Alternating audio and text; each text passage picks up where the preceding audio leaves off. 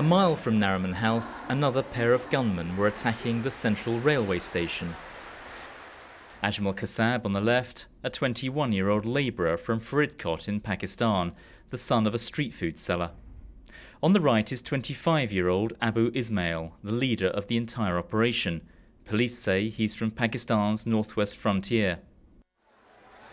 On the night they entered the station, it was, as ever, a seething mass of travellers jostling to board the trains.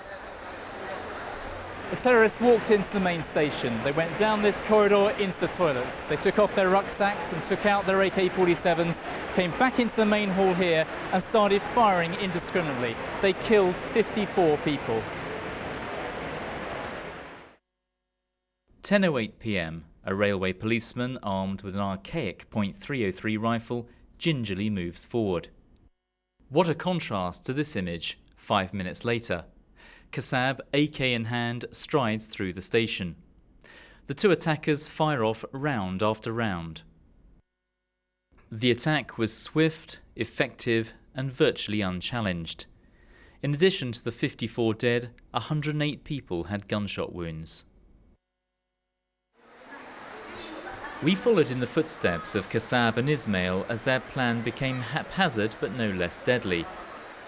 The terrorists left the main station hall, went into the local station next door, came along platform 1, up these stairs to the overbridge, carrying their AK-47s and their rucksacks with them. They went across the footbridge, even firing shots at the Times of India building opposite.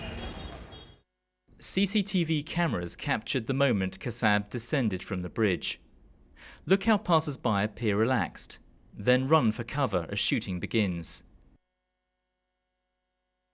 Minutes later, the road is deserted. Kasab emerges, followed by Ismail.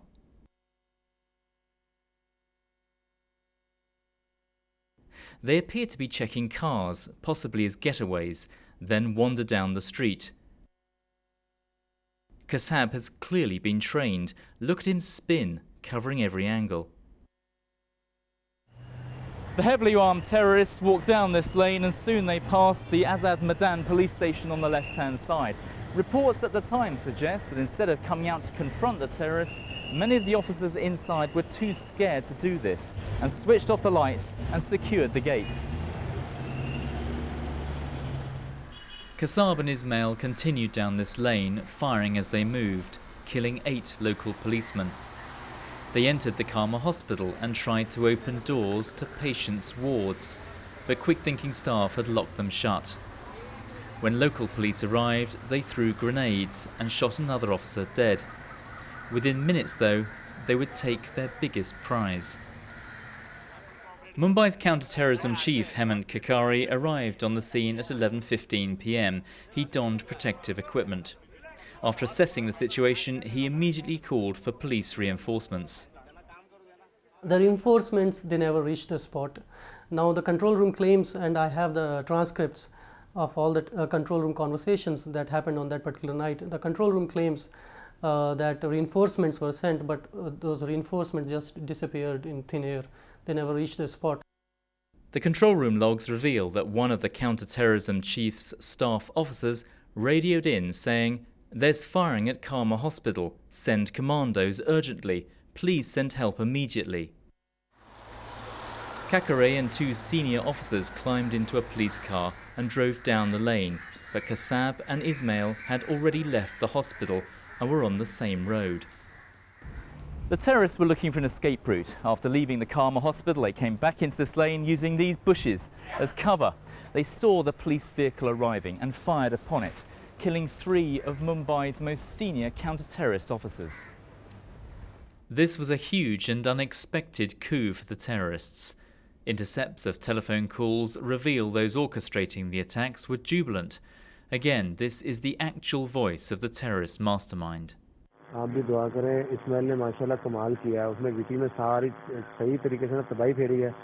उसके बाद वो वहाँ से बाहर निकला है, बाहर निकलकर एक बड़ा मैदान था सामने ना, यहाँ पे जो रेलवे स्टेशन है उसमें गया था वो, वहाँ से फायरिंग करने के बाद वो दोनों इकट्ठे ना, वो बाहर आए हैं, आज़ाद मैदान एक ग्राउंड है, उसमें उन्होंने वहाँ से इन्होंने फायरिंग की है, मतलब सही इन्होंने ना सीना ठंडा किया है अपना।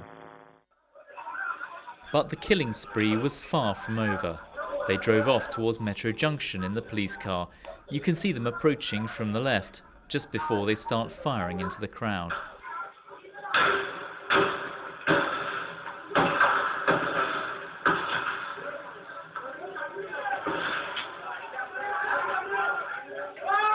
But they were forced to abandon the vehicle. It had a blown tyre. In the back was an officer who'd been shot 3 times and was playing dead.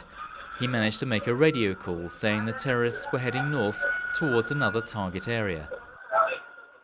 But the police had set up a roadblock, and in the exchange of fire, Abu Ismail was killed.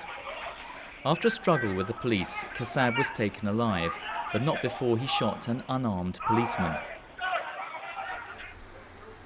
Mumbai took bullets to the chest, but he managed to grab Kassab's gun and clung on, giving his colleagues vital time to make the arrest. I can't believe even now that my father is no more. My mother still goes to the window at the time he used to come home, waiting for him. My younger sister has only just started speaking since my father died. 82 years joined police. The wife of Mumbai's counter-terrorism chief says he was shot like a dog in the street. Those events still shadow her eyes, but she's angry too. Angry that his calls for help went unheeded, angry that he had to rely on poor equipment. It was substandard jacket only. I came to know it was substandard jacket, helmet was substandard. So he didn't have the right equipment? No. And many officers, they did well, but some officers, they ran from the situation also. The Mumbai police was thunderstruck. They were running around like headless chicken. They didn't know what to do. They just picked up whatever they had, like lathis and sticks and some very outdated guns, and they came onto the street without any coherent plan. We came to Mumbai police headquarters to ask about these allegations. I think this criticism, if it is coming, it is very unfortunate, because most of the officers rose to the occasion and reacted as fast as they could. Wherever teams were sent, they were properly armed. They had bulletproof vests with them. They had AK-47s with them. All the modern weapons, whatever we had, they were issued immediately. As one officer put it to me, we're detectives, not commandos. But beyond the performance of the police on the night, there's the broader question of what the investigation has revealed about the attackers.